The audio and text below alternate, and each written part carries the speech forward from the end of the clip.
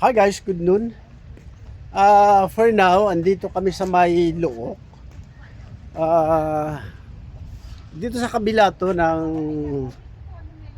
Hulusolo, one of the municipalities. Sa likod ko, makikita natin nandito yung ano, the unknown Filipino soldiers ng Pasugar.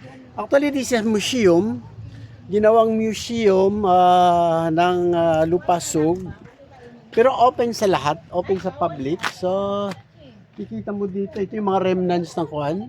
Ginamit sa giyera noon. Ito, aeroplano. So, makikita mo doon, may mga ano, ganito.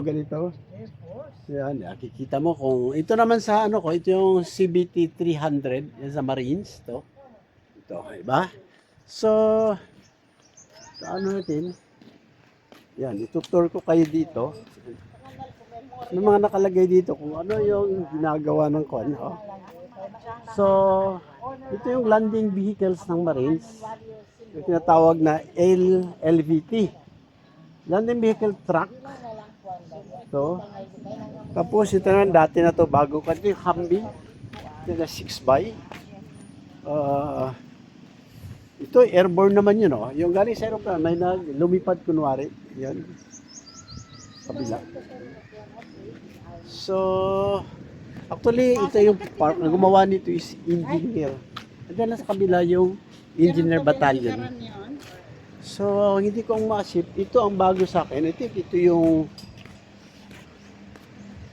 indigenous patrol boat. Yan, nakalagay dito. Ito yun.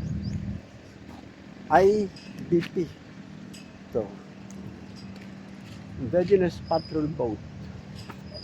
So, makikita natin kung galing sa tayo sa harap. Yan, pag ganun yan siya. So sa likod, yun lahat ang view. So going front tayo, yung sa entrance ng ano na to, lugar na to. Dito may ano sila, marker talaga.